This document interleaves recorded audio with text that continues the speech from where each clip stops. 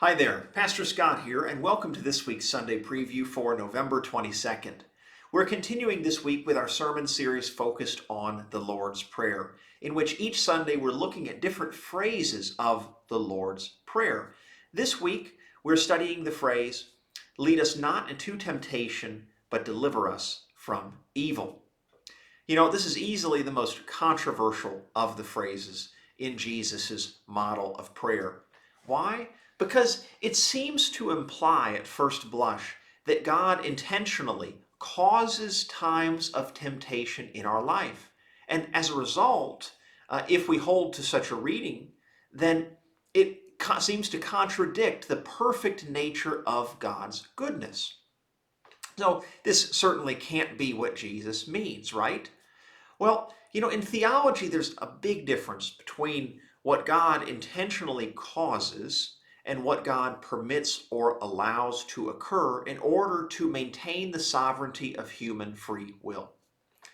God does not cause temptations to occur in our lives, nor does God cause suffering.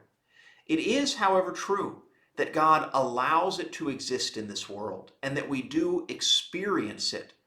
And thus, God permits us to undergo times of temptation.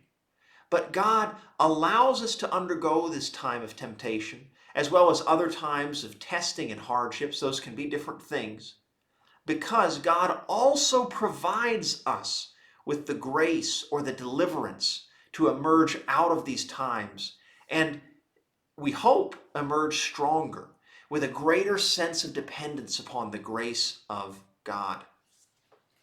We're going to be layering this whole phrase of the Lord's Prayer over that of the rich parable of the sower, of the seeds, and the four soils, and how each of the soils and how they react to the seed and what prevents it or allows the seed to grow has a different lesson to teach us about overcoming times of temptation and trials in this life, and what it looks like to depend more fully on God's grace to do so.